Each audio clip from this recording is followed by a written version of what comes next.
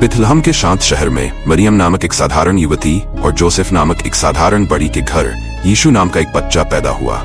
ये कोई साधारण जन्म नहीं था। भविष्यवक्ताओं ने उनके आने की भविष्यवाणी की थी।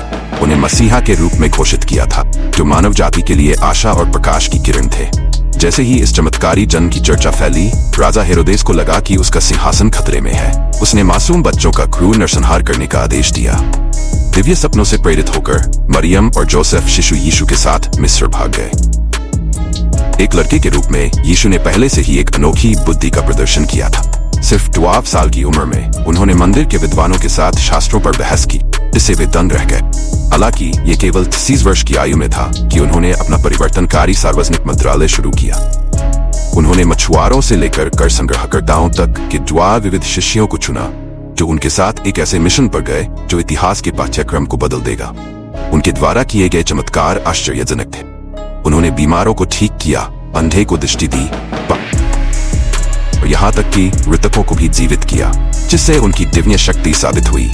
प्रेम, करुणा और विश्वास पर आधारित उनकी शिक्षाओं ने भारी भीड़ को आकर्षित किया। उन्होंने दृष्टांतों में बात की, सरल कहानियों का उपयोग करके गहन सत्य को व्यक्त किया, जिससे ईश्वरीयता को समझना आसान हो गया।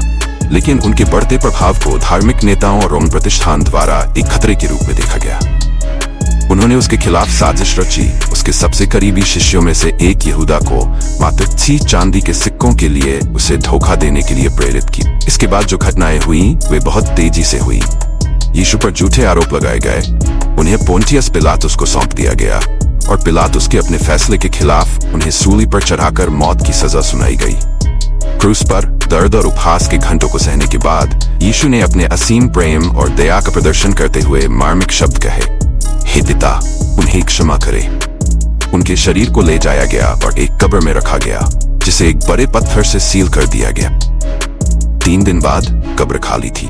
पुनर्जीवित यीशु अपने शिष्यों और कई अन्य लोगों को 40 दिनों में दिखाई दिए, अपनी शिक्षाओं को फिर से स्थापित किया और विश्वास के महत्व पर जोर दिया। फिर वह स्वर्ग में चढ़ गया, लेकिन पवित्र आत्मा के वादे को पीछे छोड़े बिना नहीं।